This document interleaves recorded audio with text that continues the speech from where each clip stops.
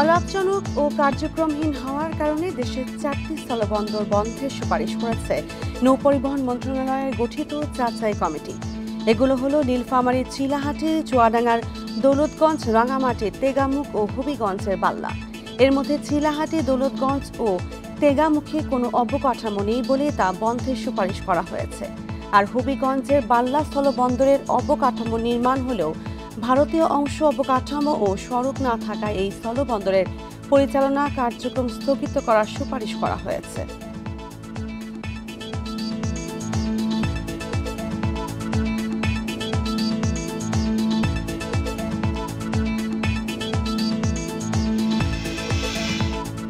আর এ নিয়ে প্রতিবেদন থাকছে সংবাদে সময় হলো স্বাগত সকাল 9টা বিরতিহীন ইন্ডিপেন্ডেন্ট সংবাদে। সঙ্গে আছে আমি শাজমিন হাসান। এবার জানিয়ে দিচ্ছি শিরোনাম। বাংলাদেশ পরিস্থিতি নিয়ে আশাহত নন অমর্ত্য সেন, সংকট সমাধানে প্রফেসর ইউনূসের ওপর আস্থা।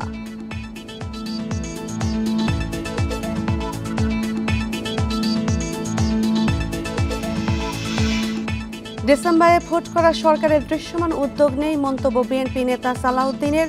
নির্বাচনে দেরি হলে ষড়যন্ত্র বাড়বে।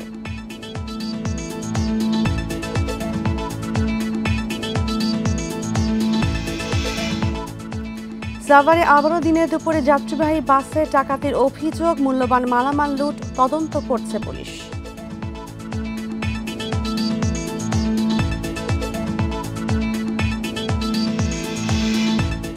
শুনছিলেন প্রধান শিরোনাম। সংবাদে এছাড়াও যা থাকছে: শিকার পাচার, আবাসস্থল সংকটে বিপন্ন পার্বত্য চট্টগ্রামের বিভিন্ন প্রজাতির বন্যপ্রাণী, আইনের কঠোর প্রয়োগ দাবি।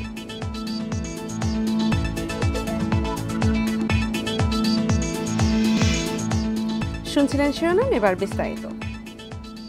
বাংলাদেশের চলমান পরিস্থিতিতে আশাহত নন বলে মন্তব্য করেছেন নোবেলজয়ী অর্থনীতিবিদ অধ্যাপক অমর্ত্য সেন। বলেন, সংকট সমাধানে অন্তর্বর্তী সরকার প্রধান অধ্যাপক মোহাম্মদ ইউনূসের পদক্ষেপে আশা দেখছেন তিনি। বার্তা সংস্থা পিটিআইকে দেওয়া সাক্ষাৎকারে অমর্ত্য সেন আরও বলেন, স্বৈরশাসক শেখ হাসিনার নেতৃত্বে থাকা আওয়ামী লীগ নিষিদ্ধ করা ঠিক হবে না। তার মতে এ ধরনের পদক্ষেপ একই ভুলের পুনরাবৃত্তি করবে, যার জন্য আওয়ামী লীগকে অন্য রাজনৈতিক দলগুলো দোষারোপ করছে। বাংলাদেশে জন্ম নেওয়া এই অর্থনীতিবিদ সামরিক শাসন প্রতিষ্ঠার চেষ্টা না করার বাংলাদেশের সেনাবাহিনীর প্রশংসা করেন। অধ্যাপক মোহাম্মদ ইউনূসকে পুরনো বন্ধু উল্লেখ করে অমর্ত্য সেন জানান, অন্তর্বর্তী সরকার প্রধান খুবই যোগ্য ও একজন অসাধারণ মানুষ।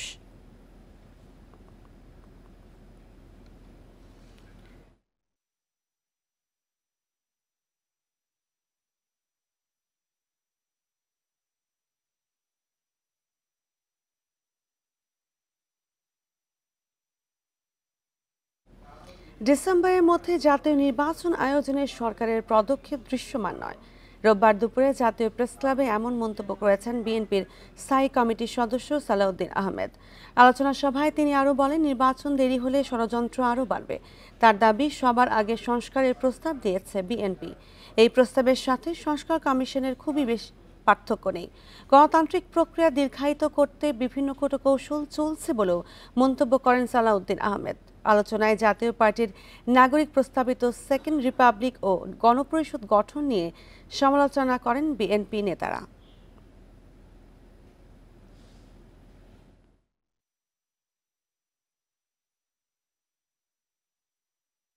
এই যে তারা ডিসেম্বরের মধ্যে জাতীয় সংসদ নির্বাচনের জন্য তাদের সমস্ত কর্মকাণ্ড সাজাচ্ছেন, কিন্তু সেই কর্মকাণ্ডগুলো প্রকাশিত নয়। সেই কর্মকাণ্ডগুলো জনসমক্ষে প্রকাশিত এবং দৃশ্যমান হতে হবে যে আমরা আসলেই সেদিকে যাচ্ছি কিনা। নির্বাচনী দলগুলোর বিপরীতমুখী বক্তব্য চিন্তিত নয় কমিশন, কারণ সব দলই চায় গ্রহণযোগ্য ভোট। রোববার সকালে রাজধানীর আগারগাঁও নির্বাচন ভবনে জাতীয় ভোটার দিবসের আলোচনায় কথা জানান প্রধান নির্বাচন কমিশনার এএম নাসির উদ্দিন। বলেন, ইতিহাস সাক্ষ্য দেয়, ভোট সন্ত্রাস করে সাময়িক জয় পেলেও আখেরে জেতা যায় না। 2024 সালে তালিকায় যুক্ত হওয়া ভোটারদের চূড়ান্ত তালিকা প্রকাশ করেছে নির্বাচন কমিশন। জাতীয় ভোটার দিবস উপলক্ষে তালিকা প্রকাশ করা হয়। ভোটার বৃদ্ধির হার 1.54। আগারগাঁওয়ের নির্বাচন ভবনের সামনে এই উদ্বোধনী অনুষ্ঠানে সিএসি জানান, দেশে মোট ভোটার 12,37,32,274 জন। ভোটার বেড়েছে প্রায় 19 লাখ। সিএসি বলেন, অবাধ, সুষ্ঠু, নিরপেক্ষ ও গ্রহণযোগ্য নির্বাচন অনুষ্ঠানে কমিশন প্রতিশ্রুতিবদ্ধ।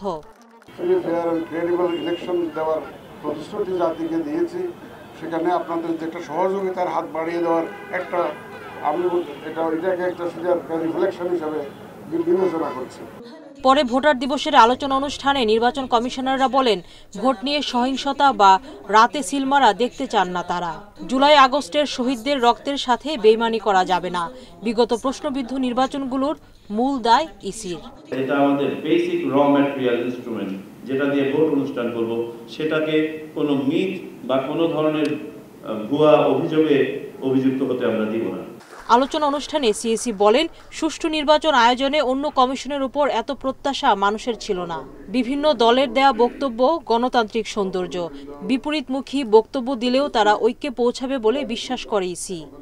এটাই গণতন্ত্রের সৌন্দর্য। সুতরাং যখনই বিভিন্ন দল বিপরীতমুখী বক্তব্য দেয়, আমি আদৌ এটা কিন্তু আশাহত হই না। ফাইনালি দেখবেন at the end of the day আমাদের রাজনীতিবিদরাও কিন্তু ভুল করে। দেখবেন যে at the end of the day মানুষ যখন চায়, দেখবেন যে একটা পর্যায়ে গিয়ে একটা ইকুইলিব্রিয়াম আসবে, একটা ব্যালেন্স আসবে, একটা জায়গায় তারা একমত হবে, সেই বিশ্বাস আমার আছে। সিএসি জানান, সব দলের কাছে গ্রহণযোগ্য নির্বাচন আয়োজনে দায়বদ্ধ থাকা নিয়ে স্বাক্ষর নিতে পারে ঐক্যমত্য কমিশন। সুলতানা জাহান মিতু, ইন্ডিপেন্ডেন্ট নিউজ, ঢাকা। সারা বিশ্বের সঙ্গে মিল রেখে একই দিনে রোজা ও ঈদ পালন করা যায় কিনা সে বিষয়টি ভাবতে ওলামা মাশায়েখদের প্রতি আহ্বান জানিয়েছেন বিএনপির ভারপ্রাপ্ত চেয়ারপারসন তারেক রহমান। রোববার সন্ধ্যায় রাজধানীর লেডিস ক্লাবে বিএনপি আয়োজিত এক ইফতার মাহফিলে ভার্চুয়ালি যুক্ত হয়ে কথা জানান তিনি। এ সময় তারেক রহমানের রমজান মাসের গুরুত্ব ও তাৎপর্য তুলে ধরেন তিনি। বলেন, রমজান মাস আমাদের ধৈর্যশীল হওয়ার শিক্ষা দেয়। রমজান আমাদের শেখায় সংযম, কিভাবে মানবিক দৃষ্টিকোণ থেকে মানুষের পাশে দাঁড়াতে হবে। আল্লাহ সৃষ্টিকে যত্ন নেওয়া রমজান আমাদেরকে শিক্ষা দেয়। এ সময় তিনি সৎ কাজে উৎসাহিত করতে ও অসৎ কাজ থেকে নিরুৎসাহিত হওয়ার কথা বলেন। ইফতার মাহফিলে অংশ নেন ইসলামী মিশন মাদ্রাসা ও শান্তিনগর বাজার জাতীয় মুসলিম মাদ্রাসার প্রায় 70 থেকে 80 জন শিশু, এতিম ও ছাত্রছাত্রী।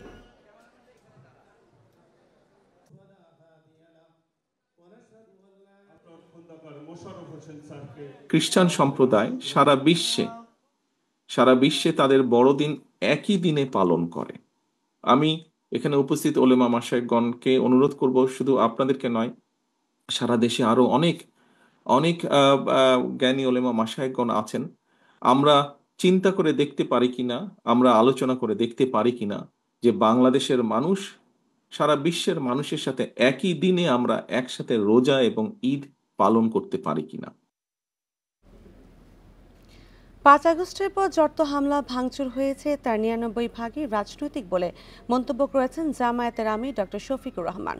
রোববার রাজধানীর মিরপুরে ঢাকা মহানগরী উত্তর জামায়াতের আয়োজনে ওলামা ও এতিমদের সম্মানে ইফতার মাহফিলে এ কথা বলেন জামায়াতে আমির। তিনি বলেন, ফ্যাসিবাদের আমলে আলেম ওলামাদের জেলে রাখা হয়েছে, ভিন্নমত প্রকাশ করা হলেও আয়না ঘরে রাখা হয়েছে। কমি ও আলিয়া মাদ্রাসার যারা পড়েন তাদের মধ্যে বর্তমান সরকার পার্থক্য করে নয় বলেও মন্তব্য তার। হাসিনা সরকারের সময় জেলে থাকার অভিজ্ঞতা বর্ণনা করে তিনি কান্নায় ভেঙে পড়েন। সহনশীলতা ও সমমর্যাদার ভিত্তিতে বসবাস করলে এদেশে কোনো গোষ্ঠী সম্প্রদায় আতঙ্কে থাকবে না বলেও মন্তব্য করেন তিনি।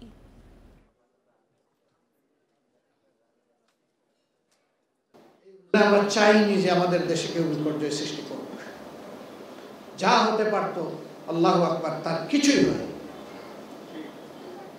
তারপরেও চিটাপুটা যা হয়েছে তার 99 কারণ হচ্ছে রাজনৈতিক, এটা ধর্মীয় নয়। এই 1% যেটা হয়েছে ওইটাও আমরা সমর্থন করি না।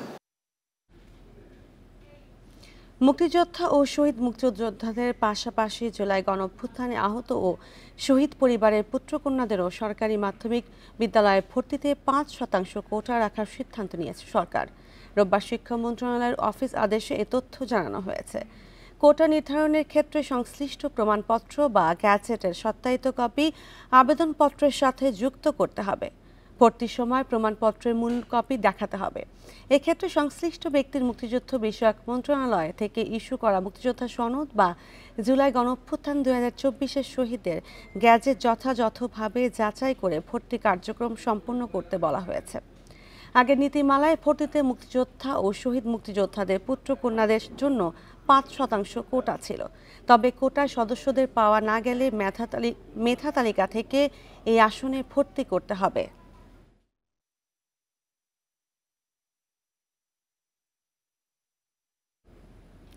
জনগণের ওপর চালানো সব নৃশংসতার যথাযথ নথি না থাকলে সত্য আড়াল ও ন্যায় বিচার নিশ্চিত করা কঠিন হবে বলে মন্তব্য করেছেন প্রধান উপদেষ্টা অধ্যাপক মোহাম্মদ ইউনূস। রোববার রাষ্ট্রীয় অতিথি ভবন যমুনায় জাতিসংঘের আবাসিক সমন্বয়ক গোয়েন লুইসের সাথে সাক্ষাতে এ মন্তব্য করেন প্রধান উপদেষ্টা।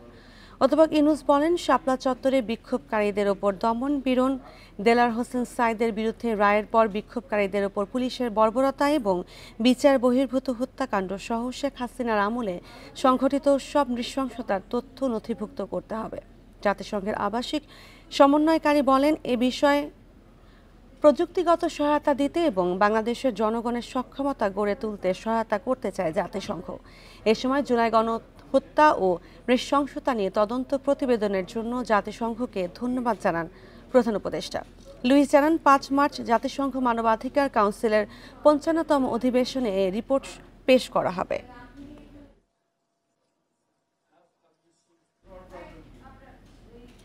নবায়নযোগ্য জ্বালানি ও কার্বন বাজারে বড় বিনিয়োগ আকর্ষণ করতে চায় বাংলাদেশ। নরওয়ের সাবেক পরিবেশমন্ত্রী এরিক সোহেইমের নেতৃত্বে নবায়নযোগ্য জ্বালানি বিশেষজ্ঞদের প্রতিনিধি দলের সাথে সাক্ষাতে কথা জানিয়েছেন প্রধান উপদেষ্টা। রোববার রাষ্ট্রীয় অতিথি ভবন যমুনায় অধ্যাপক মোহাম্মদ ইউনূসের সাথে সাক্ষাৎ করে বিশেষজ্ঞ দলটি। এ সময় তারা ছোট আকারের সৌর প্ল্যান্ট, কার্বন বাজার, কৃষি বনায়ন এবং যৌথভাবে নেপালে জলবিদ্যুৎ উৎপাদনে বিনিয়োগ করতে আগ্রহ দেখায়। এই উদ্যোগকে স্বাগত জানিয়ে অধ্যাপক ইউনূস বলেন, সম্ভাবনাময় এ খাতে বিদেশি বিনিয়োগ আহ্বান করছে অন্তর্বর্তী সরকার। এরই মধ্যে নেপাল ও ভুটান থেকে জলবিদ্যুৎ আমদানির আলোচনা শুরু হয়েছে জানিয়ে তিনি বলেন, কার্বন বাজার দেশকে $1 মিলিয়ন আয় করা এবং বিশ্বের বৃহত্তম ম্যানগ্রোভ বন সুন্দরবনকে রক্ষায় সহায়তা করবে।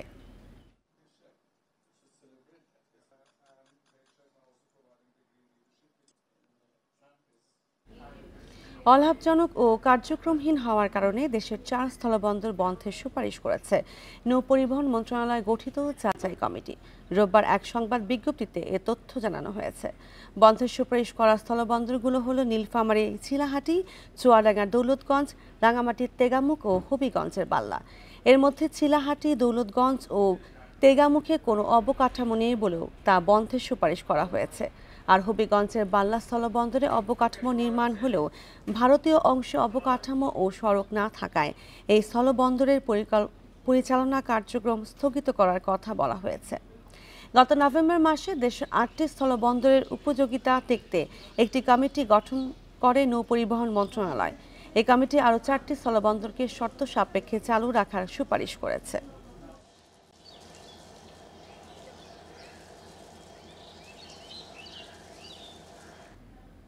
আর এই নিয়ে আরো জানাতে নীলফামারী থেকে যুক্ত হচ্ছেন সহকর্মী আরফিনুল ইসলাম। আরফিনুল, ব্যবহার না হওয়া 4টি স্থলবন্দর বন্ধের সুপারিশ করেছে মন্ত্রণালয়ের কমিটি। এই বিষয়ে বিস্তারিত কি জানা গেছে?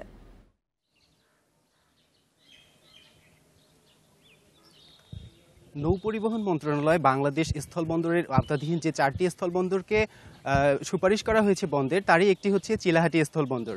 এই চিলাহাটি স্থলবন্দর এই এলাকার একটি ঐতিহ্য, কারণ এটা সেই ব্রিটিশ আমলে প্রতিষ্ঠিত হওয়া একটি স্থলবন্দর। কিন্তু 1965 সালে পাক ভারত যুদ্ধের সময় এই স্থলবন্দরটি একবার বন্ধ হয়েছিল। পরবর্তীতে দেশ স্বাধীনের পর দীর্ঘ 55 বছর পর এই এলাকার মানুষের দাবির কারণে এটি পুনরায় চালু হয়। এই নীলফামারী জেলাতে রয়েছে আন্তর্জাতিক বিমানবন্দর, এখানে রয়েছে ইপিজেড, এখানে রয়েছে বাংলাদেশের কৃষিভিত্তিক সেচ প্রকল্প তিস্তা, যে কারণে এখানকার এখানকার মানুষের দাবি ছিল এই এলাকায় একটি স্থলবন্দর চালু করার, যে কারণে সরকার 2013 সালে গেজেট আকারে প্রকাশ করে এবং দীর্ঘদিন কাজ চলার পর 10 বছর পর 2023 সালে আনুষ্ঠানিকভাবে এই স্থলবন্দরটির কার্যক্রম শুরু হয়। কিন্তু কার্যক্রম শুরু হলেও এই স্থলবন্দরের যে নির্মাণ কাজ রয়েছে সেটা এখনও চলমান রয়েছে এবং এখানে পর্যাপ্ত পরিমাণ দুর্নীতি হওয়ার কারণে বিভিন্ন তদন্তে এসে ফুটে উঠেছে যে এখানকার আইকনিক ভবনে ফাটল ধরেছে এবং নানা রকম তদন্ত প্রকাশিত হয়েছে, যে কারণে এই স্থলবন্দরটি বন্ধের সুপারিশ করা হয়েছে। আমরা এখানকার সাথে কথা বলে, আমরা কর্তৃপক্ষের সাথে কথা বলে যেটি জানতে পেরেছি সেটি হলো যে স্থলবন্দরটি আনুষ্ঠানিকভাবে চালু হওয়ার পর এখানে মিতালি এক্সপ্রেস নামে একটি ট্রেন নিয়মিত চলাফেরা করত এবং পরবর্তীতে ভারত থেকে নিয়মিত পাথর আনা নেওয়া করত। কিন্তু 5ই আগস্টের পট পরিবর্তনের পর হঠাৎ করে কোনো রকম ঘোষণা ছাড়াই সমস্ত কার্যক্রম বন্ধ হয়ে যায়। বর্তমানে এই চিলাহাটি স্থলবন্দর কার্যক্রম একেবারে স্থবির হয়ে পড়েছে, এখানে কোনো রকম কার্যক্রম নেই বললেই চলে এবং অবকাঠামো উন্নয়নের যে কার্যক্রম ছিল সেগুলো বন্ধ রয়েছে। এখানকার ঠিকাদারি প্রতিষ্ঠানগুলো গা ঢাকা দিয়েছে। সব মিলিয়ে চিলাহাটি স্থলবন্দরের সমস্ত কার্যক্রম বর্তমানে বন্ধ রয়েছে এবং এর যে অবকাঠামোগত উন্নয়নের যে কার্যক্রম চলমান ছিল সেখানেও আমরা কোনো রকম কার্যক্রম দেখতে পাচ্ছি না। এই ছিল আমার কাছে চিলাহাটি স্থলবন্দরের সর্বশেষ অবস্থা। জি, নীলফামারী থেকে যুক্ত হয়েছিলেন সহকর্মী আরফিনুল ইসলাম। ডিজিএফআইয়ের সাবেক মহাপরিচালক সাইফুল আলমের বাসায় অভিযান চালিয়ে 2,45 লাখ টাকা জব্দ করেছে দুদক। রোববার নিয়মিত সংবাদ সম্মেলনে এই কথা জানিয়েছেন দুদক মহাপরিচালক আক্তার হোসেন। তিনি জানান, সাইফুল আলমের বিরুদ্ধে এরই মধ্যে অবৈধ সম্পদ অর্জনের অভিযোগ অনুসন্ধান শুরু করেছে দুদক। শুক্রবার রাতে তার সেনানিবাসের বাসায় অভিযান চালানো হয়। সেখান থেকে জব্দ করা হয় 2 ট্রাঙ্ক টাকা। এছাড়া 34 কোটি টাকার অবৈধ সম্পদ অর্জনের অভিযোগে শেখ হাসিনার রাজনৈতিক উপদেষ্টা এইচ.টি. ইমামের ছেলে তানভীর ইমাম ও পরিবারের সদস্যদের বিরুদ্ধে আলাদা 4টি মামলা করেছে দুদক।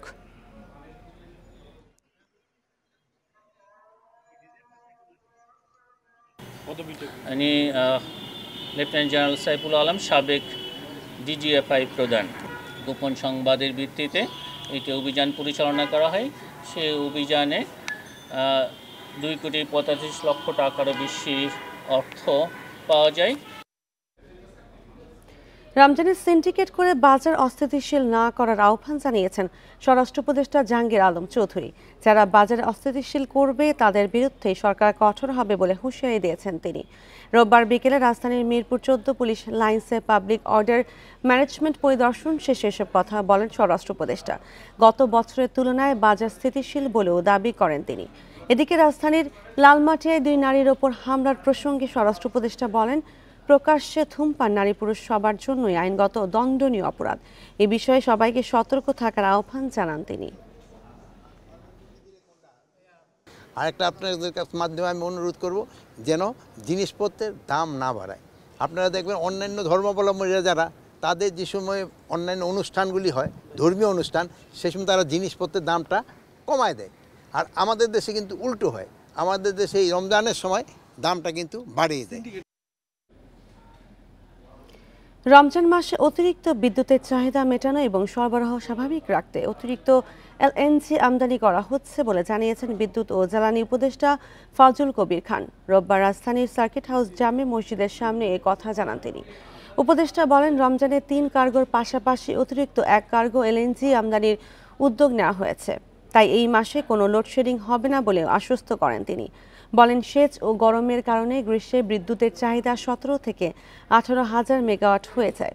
এছাড়া শীততাপ নিয়ন্ত্রিত এবং অতিরিক্ত আলোকসজ্জার জন্য 5 থেকে 6,000 মেগাওয়াট বিদ্যুৎ লাগে। তাই এসির তাপমাত্রা 25 ডিগ্রি রাখার অনুরোধ জানান উপদেষ্টা।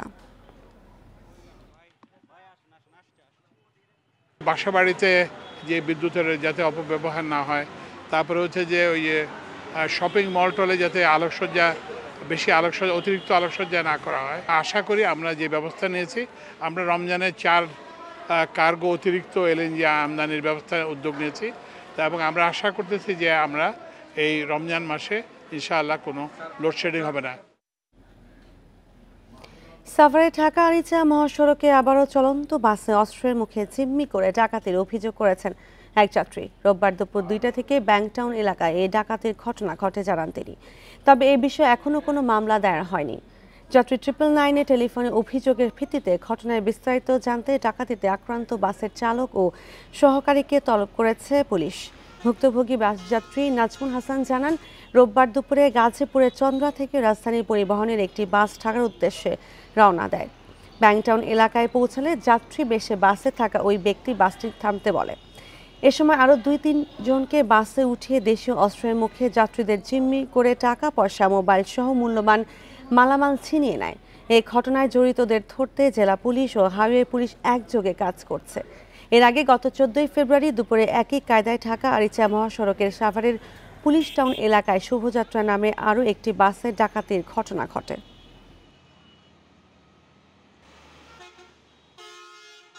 ফটকের সামনে মানে যে দরজার নামার ওখানে দাঁড়িয়ে পাশাপাশি আরো 3-4 জন উঠে গেছে বাসের মধ্যে। হয়তো দেখায় ধরে ঠিক আছে, সবার সামনে ধরে যার যার মানি ব্যাগ ছিল, মোবাইল ছিল, যেমন আমার স্যামসাং A34 সেটটা নতুন, এটাও নিয়ে গেছে। ঘটনা যে গাড়িতে হয়েছে সেই গাড়ির সাথে কথা বলতে পারিনি, গাড়ির ড্রাইভার বা চালক হেল্পারের সাথে। পাইলে আমরা ঘটনাটা জানতে পারবো প্রকৃতপক্ষে কি ঘটনা ঘটেছে। তবে যাই ঘটনা ঘটেছে, হাইওয়ে পুলিশ, জেলা পুলিশ একসাথে সমন্বিতভাবে কাজ করতেছে। আর এই বিষয়ে আরও জানাতে সাভার থেকে যুক্ত হচ্ছেন সহকর্মী রুবেল আহমেদ। রুবেল, ডাকাতির বিষয়ে বিস্তারিত কি জানা গেছে এবং এ বিষয়ে পুলিশ এখন পর্যন্ত কি কি পদক্ষেপ নিয়েছে এবং ডাকাতির ঘটনায় সাধারণ মানুষের প্রতিক্রিয়া কি?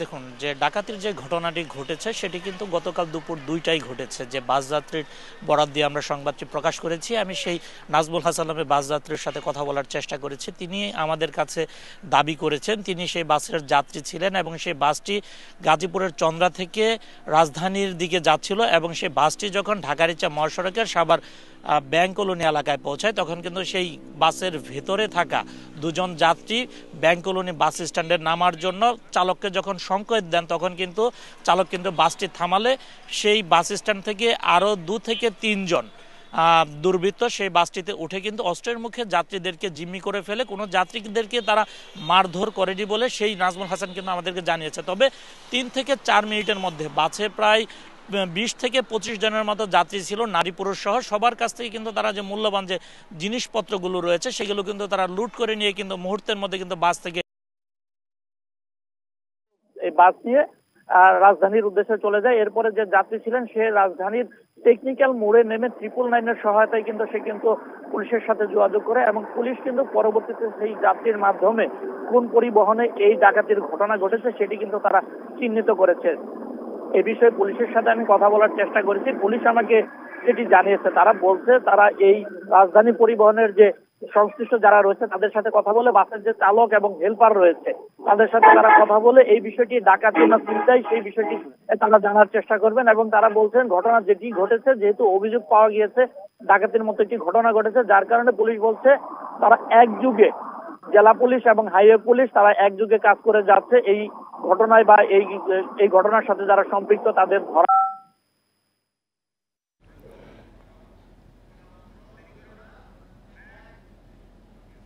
সাভার থেকে যুক্ত হয়েছিলেন সহকর্মী রুবেল আহমেদ। রমজানের প্রথম দিনে রাজধানীতে যানজটের ভোগান্তির শঙ্কা থাকলে সড়কের পরিস্থিতি ছিল বেশ সহনীয়। রোববার দুপুরের পর অফিস ফেরত মানুষের চাপ বাড়লেও স্বস্তিতেই ঘরে ফিরেছে রাজধানীবাসী। যানজট কমাতে ট্রাফিক সহ সরকারি সংস্থাগুলো সমন্বিত উদ্যোগে জানিয়েছে পুলিশ। থেমে থেমেই চলছে যানবাহন, তবে যাত্রীদের অনেক সময় সিগন্যালে আটকে থাকার ঘটনা কম। রোববার রোজার প্রথম দিনে রাজধানীর Bijoy Sarani, Mohakhali, New Market, Dhanmondi, Science Lab, Motijheel সহ বেশিরভাগ এলাকায় দুপুরের পরে যানবাহনের চাপ বেশি হলেও যানজট ছিল কম, যে কারণে দুর্ভোগ সহনীয় বলছে নগরবাসী। রোজা বাড়লে তারপরে বোঝা যাবে কি, প্রথম রোজা হিসাবে যে আমি একটু কমই দেখছি। না, রাস্তা এখন যানজট অনেক কম। আজকে প্রথম রোজা হিসেবে মনে হয় একটু জ্যাম পাইলাম, কিন্তু পরবর্তীতে দিনগুলোতে বোঝা যাবে যে কি অবস্থা। তেজগাঁর এখানে অনেক জ্যাম থাকতো অন্যান্য বছর আমি যেটা দেখতাম, এই বছর ইনশাল্লাহ অনেক মোটামুটি এই পাশটা ভালো। আমি আদাবর যাচ্ছি, তা আমার কাছে একটা বড় ধরনের পরিবর্তন দেখলাম ট্রাফিকিংয়ে। যানজট সহনীয় রাখতে সরকারের সেবাদানকারী প্রতিষ্ঠানগুলো সমন্বিত উদ্যোগ নিয়েছে বলছে ডিএমপি ট্রাফিক বিভাগ। বিভিন্ন সংস্থার সাথে কোঅর্ডিনেশন করে ট্রাফিক ইঞ্জিনিয়ারিং কাজগুলোকে ত্বরান্বিত করা। আর থার্ড চ্যাপ্টার হলো আমাদের ট্রাফিক পুলিশের এই বিভিন্ন মডিফিকেশন বা ডিজিটালাইজেশন বা রিসার্চ, প্ল্যানিং, অ্যানালাইসিস এগুলো করেও আমরা আগাচ্ছি। 2 সিটি কর্পোরেশন সহ বিভিন্ন সংস্থার সাথে যোগাযোগ করে রমজান উপলক্ষ প্লাস ট্রাফিক ব্যবস্থা উন্নয়নের জন্য অনেকগুলা কার্যক্রম আমরা ত্বরান্বিত করতেছি, পার্সু করতেছি। স্বাচ্ছন্দ্যে যান চলাচলে এলিভেটেড এক্সপ্রেসওয়ে টোল প্লাজা প্রায় 1.5 কিলোমিটার ভেতরে নেওয়া হয়েছে বলে জানিয়েছে ট্রাফিক পুলিশ। এই একটা ট্রেইলের জন্য সারা ঢাকা শহরে জ্যাম লেগে যেত।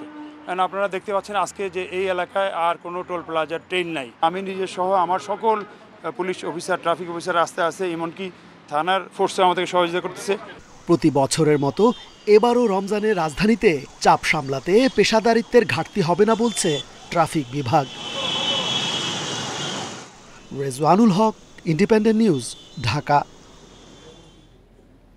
পরিমিত ধৈর্য ও সংযমের মাধ্যমে রমজান মাসের পবিত্রতা রক্ষা করার আহ্বান ইসলামী চিন্তাবিদদের। তারা বলছেন, ভোগবিলাস, হিংসা, উচ্ছৃঙ্খলতা ও সংঘাত পরিহারের শিক্ষা দেয় রোজা। রমজানের পবিত্রতা রক্ষায় রাজধানীতে বন্ধ রয়েছে প্রকাশ্যে পানাহার। রহমত, মাগফিরাত ও নাজাতের মাস রমজানেই অবতীর্ণ হয় সম্পূর্ণ জীবনবিধান পবিত্র কোরআন মজিদ।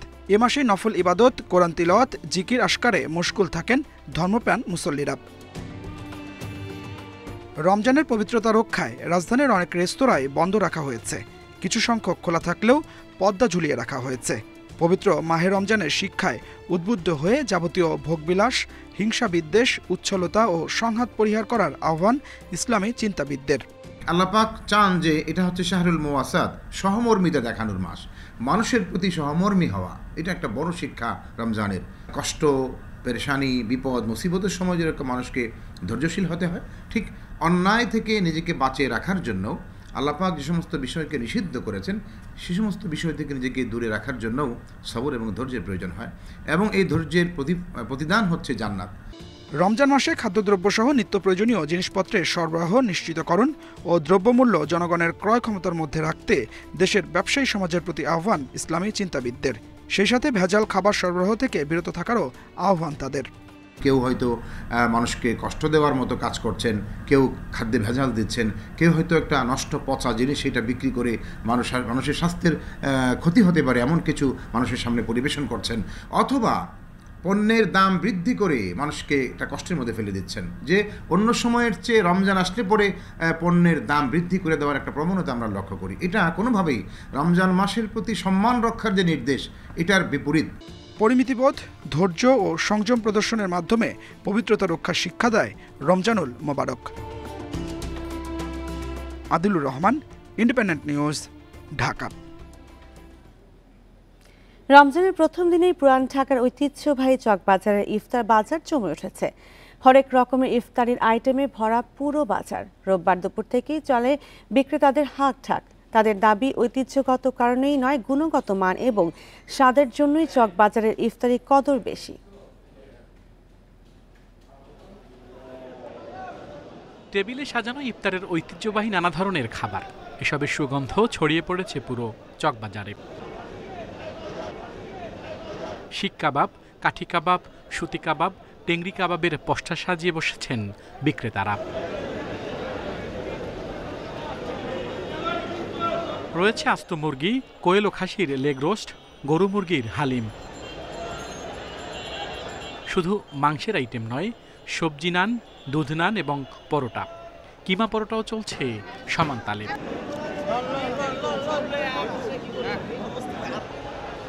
খাবারের স্বাদ ও বৈচিত্র্যের জন্য ঢাকার বিভিন্ন জায়গার বাসিন্দারা যান চকবাজারে ইফতার কিনতে।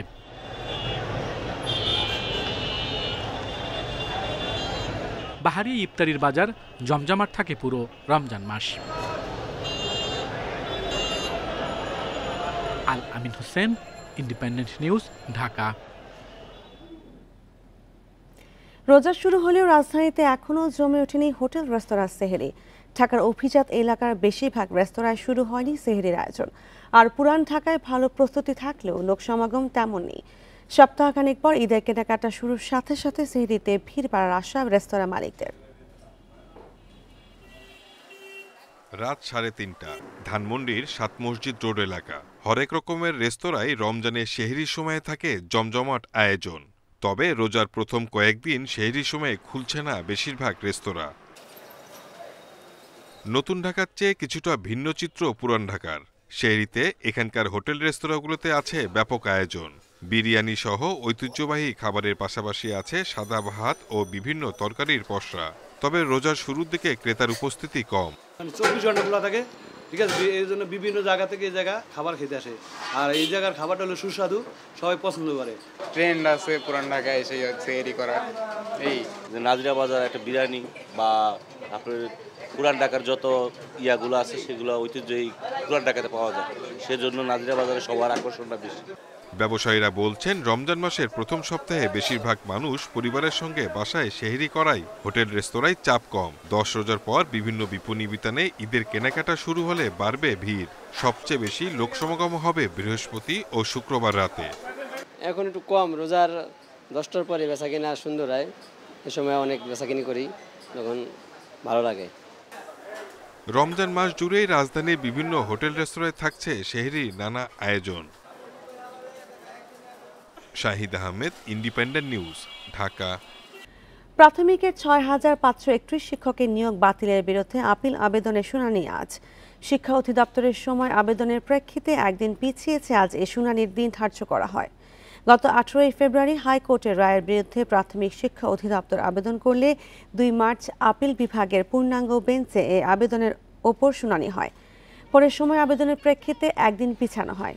এর আগে 6 ফেব্রুয়ারি সহকারী শিক্ষক পদে ঢাকা চট্টগ্রাম বিভাগের ৬,৫৩১ জনের নিয়োগ বাতিল করে দেওয়া হয় রায়।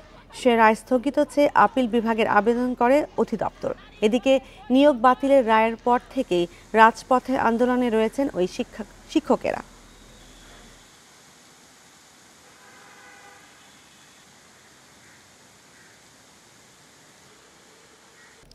শরীয়তপুরে খাস জমি দখল করে গড়ে উঠছে 146টি অবৈধ স্থাপনা। উচ্ছেদ করতে না পারায় সড়ক সম্প্রসারণ, ফুটপাত ও যাত্রী ছাউনি নির্মাণ করতে পারছে না সড়ক ও জনপথ বিভাগ। প্রধান সড়কের পাশে স্থাপনা থাকায় যানজটের পাশাপাশি ঘটছে ছোট বড় দুর্ঘটনাও। জেলা প্রশাসনের সহায়তায় অবৈধ স্থাপনা উচ্ছেদ হবে বলেও জানিয়েছেন সড়ক ও জনপথ বিভাগ।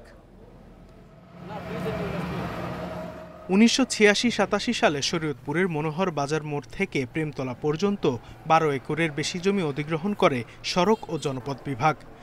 প্রায় 6 কিলোমিটার দীর্ঘ সড়কের ধানুকা থেকে পালং উত্তর বাজার পর্যন্ত 1.5 কিলোমিটার অংশে অবৈধভাবে নির্মাণ করা হয়েছে সরকারি, বেসরকারি ও ব্যক্তিগত স্থাপনা।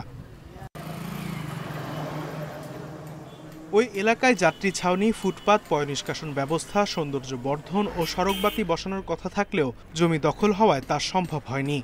4 লেনে উন্নীত করার পরিকল্পনা নিয়ে মাত্র 24 ফুট প্রশস্ত করা গেছে সড়কটি। জায়গা ছিল সৌন্দর্য বর্ধন বা ফুটপাতের জন্য, সেই জায়গাটা অবৈধ দখলদাররা মানে বিভিন্ন ধরনের স্থাপনা তৈরি করে রাখছে। যাদের জায়গা রয়েছে রাস্তার পাশে তারাই হচ্ছে এখানে বিভিন্ন বড় বড় স্থাপনা করে রাস্তার জায়গা দখল করে রাখে। বেআইনিভাবে দোকানপাট উঠায় থইছে, এগুলা ভাঙচুর করে আরো পিছায় দিলে রাস্তা আরো বড় হইলে আমাদের জন্য চলাচলের জন্য আরো সুন্দর হয়। দখল করা জমিতে হাসপাতালের কোনো অংশ থাকলে সরকারের নির্দেশ অনুযায়ী ব্যবস্থা নেওয়ার কথা জানিয়েছে সিভিল সার্জন। মোট 146টি অবৈধ স্থাপনার তালিকা জেলা প্রশাসককে দেওয়া হয়েছে বলে জানিয়েছে সড়ক ও জনপথ বিভাগ। অবৈধ স্থাপনা রয়েছে এরকম কিছু পক্ষকে আমরা নোটিশ দিয়েছি, তারা এখান থেকে অপসারণের জন্য জেলা প্রশাসনের সহায়তা নিয়ে আমরা সামনে একটা উদ্যোগ নিয়ে অবৈধ স্থাপনাগুলো আমরা উচ্ছেদ করতে পারবো। স্থাপনা উচ্ছেদে সহযোগিতার আশ্বাস জেলা প্রশাসকের। এই বিষয়টি নিয়ে সড়ক ও জনপথের এক্সএন মহোদয়ের সাথে আমার সাক্ষাতেই কথা হয়েছে, তো ওনাকে আমি আসলে প্রয়োজনীয় দিক নির্দেশনাও দিয়েছি, কী ধরনের সহযোগিতা ওনার প্রয়োজন সেটা আমাদেরকে জানাবেন এবং তার প্রেক্ষিতে আমরা আইনানুগ সর্বোচ্চ সহযোগিতা আমরা প্রদান করব। অবিলম্বে খাস জমি দখলমুক্ত করে উন্নয়ন কাজ শেষ করার দাবি শহরবাসীর। Independent news. রমজান উপলক্ষে প্রবাসীরা ফেব্রুয়ারি মাসে রেমিটেন্স পাঠিয়েছেন $252 কোটি 80 লাখ, যা আগের বছরের একই সময়ের তুলনায় 25% বেশি। কেন্দ্রীয় ব্যাংকের তথ্য বলছে গত বছর ফেব্রুয়ারি মাসে রেমিটেন্স এসেছিল 202 কোটি 20 লাখ টাকা। চলতি অর্থবছরে জুলাই থেকে ফেব্রুয়ারি এই 8 মাসে প্রবাসীরা রেমিটেন্স পাঠিয়েছে $184 কোটি 90 লাখ, যা আগের অর্থ বছরে ছিল $149 কোটি 35 লাখ। সেই হিসাবে গত বছরের তুলনায় রেমিটেন্স বেড়েছে 23.8%। বাংলাদেশ ব্যাংক বলছে চলতি বছরে রোজা উপলক্ষে রেমিটেন্সের প্রবাহ বেড়েছে। এছাড়া খোলা বাজারের তুলনায় আনুষ্ঠানিক মুদ্রা বাজারে ডলারের দামের ব্যবধান কম থাকায় প্রবাসীরা ব্যাংকিং চ্যানেলে বেশি রেমিটেন্স পাঠাচ্ছেন।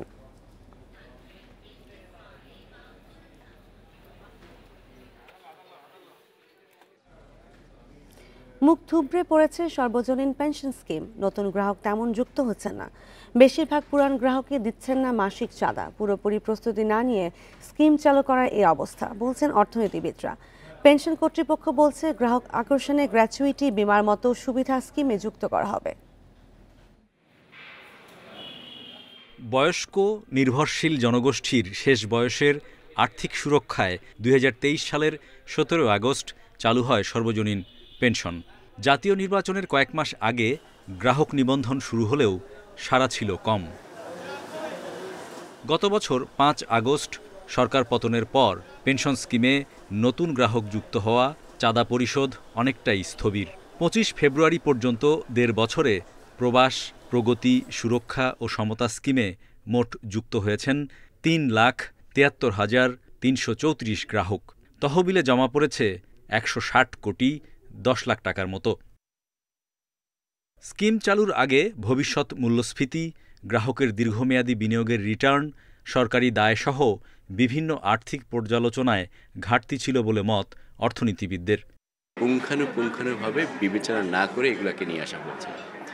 এখন খানিকটা আমি বলবো যে বিশ্বাসের ঘাটতি আছে, হয়তো খানিকটা সময় লাগবে। আর এই সময়টায় আমাদের সরকারের উচিত হবে এগুলোকে আরেকটু যাচাই বাছাই করা। আমরা যদি একটা রাজনৈতিক অঙ্গীকার করতে পারি যে এই স্কিমগুলো থাকবে এবং এই স্কিমগুলোকে উপর্যুপরি শক্তিশালীকরণ করা হবে, তাহলে দেখবেন যে আস্তে আস্তে কিন্তু মানুষের সেই বিশ্বাসটা ফিরে আসবে। জাতীয় পেনশন কর্তৃপক্ষের নির্বাহী চেয়ারম্যান জানান, সর্বজনীন পেনশন ব্যবস্থার ভবিষ্যৎ নিয়ে গত অক্টোবরে অর্থ উপদেষ্টার সভাপতিত্বে সভা অনুষ্ঠিত হয়। সেখানে তাগিদ দেয়া হয় বিদ্যমান স্কিমগুলোকে আরও আকর্ষণীয় করার। আনুতোষিক বা গ্র্যাচুইটি দেওয়া যায় কিনা সেটা পরীক্ষা করার জন্য অলরেডি নির্দেশনা দেওয়া হয়েছে। প্লাস এর সাথে একটা স্বাস্থ্য বিমা বিষয় যোগ করা যায় কিনা, কারণ অনেকে আছেন যারা নিম্ন আয়ের কর্মচারী, মানে হেলথের কাভারেজও থাকবে, প্লাস এই যে সময়টা ওনারা চাঁদাটা দিতে পারলেন না, এটা হয়তো তাদের পক্ষে বিমা কোম্পানি পরিশোধ করবে। পোশাক খাতের শ্রমিক, প্রবাসী কর্মীদের পেনশনে যুক্ত করতে বাড়তি গুরুত্ব দিচ্ছে কর্তৃপক্ষ। Hari Saha, independent News, Dhaka. বিশ্ব বন্যপ্রাণী দিবস আজ। ক্রমাগত বন্যপ্রাণীর শিকার, পাচার ও আবাসস্থল সংকটে বিপন্ন পার্বত্য চট্টগ্রামের বিভিন্ন প্রজাতির বন্যপ্রাণী। বন্য হাতি, সাম্বার হরিণ, বনমোরগ ধনের সহ বিভিন্ন প্রজাতির পশু পাখি হুমকির মুখে। বন উজাড় ও শিকার বন্ধে বন্যপ্রাণী সংরক্ষণ আইনের কঠোর প্রয়োগের দাবি পরিবেশবিদদের। পার্বত্য চট্টগ্রামের চিরসবুজ পাহাড়ের বুকে বিচরণ করছে শাবকসহ এশিয়ান বন্য হাতি। সচরাচর এমন দৃশ্য দেখা যায় না। ক্রমাগত বন উজাড়, আবাসস্থল ধ্বংস, খাদ্য সংকট ও শিকারীদের উৎপাতের কারণে অস্তিত্ব সংকটে বন্য হাতি, মুখপোড়া হনুমান সহ বিভিন্ন প্রজাতির প্রাণী ও পাখি। মানুষের অসচেতনতা ও শিকারীদের উৎপাতে দিন দিন হারিয়ে গেছে অনেক বন্যপ্রাণী। আগে আমাদের এই পার্বত্য চট্টগ্রামের অনেক হরিণ, বনমোরগ এবং বন্য শুকর ছিল। রেয়ার যে স্পেসিস যে প্রাণীগুলা সেটা দিনকে দিন হারিয়ে যাচ্ছে। প্রাকৃতিক ভারসাম্য রক্ষায় জীববৈচিত্র্য সংরক্ষণে বন্যপ্রাণী শিকার বন্ধের দাবি পরিবেশবাদীদের। পাশাপাশি বন্যপ্রাণী সংরক্ষণ আইন 2012 এর সংশোধন এবং আইনের কঠোর প্রয়োগ চান তারা। বন্যপ্রাণী সংকটাপন্ন হওয়ার পিছনে সবচেয়ে বড় কারণ হচ্ছে শিকার, পাচার এবং বনকে নির্বিচারে ধ্বংস করে দেওয়া। তাই বন ও পরিবেশ মন্ত্রণালয়ের কাছে বিশেষ অনুরোধ, আরও বেশি কঠোর পদক্ষেপ নেওয়া এবং প্রত্যন্ত অঞ্চলগুলোতে সচেতনমূলক কাজ বাড়ানো। বন্যপ্রাণী শিকার করলে 50,000 টাকা জরিমানা ও 1 বছরের জেল দেওয়ার বিধান রয়েছে। শিকার বন্ধে নানা ধরনের উদ্যোগ নেওয়ার পাশাপাশি আইন প্রয়োগের কথা জানিয়েছে বন বিভাগ। যখন চোরাচালানের কোনো খবর পাই, পাচারের কোনো খবর পাই, আমরা তাৎক্ষণিক ব্যবস্থা নিই। এভাবে আমরা তক্ষক, ময়না, গুইসাপ সহ বিভিন্ন বন্যপ্রাণী আমরা আটক করেছি, আসামি চালান দিয়েছি এবং এসব বন্যপ্রাণীকে আমরা প্রকৃতিতে অবমুক্ত করেছি। দেশের মোট জীববৈচিত্র্যের 80% রয়েছে পার্বত্য চট্টগ্রামে। Independent news. আর এই ছিল এখনকার সংবাদে। ইন্ডিপেন্ডেন্ট টেলিভিশনের সব খবর বিস্তারিত জানতে চোখ রাখুন ফেসবুক, ইউটিউব ও এক্সে। ধন্যবাদ সবাইকে।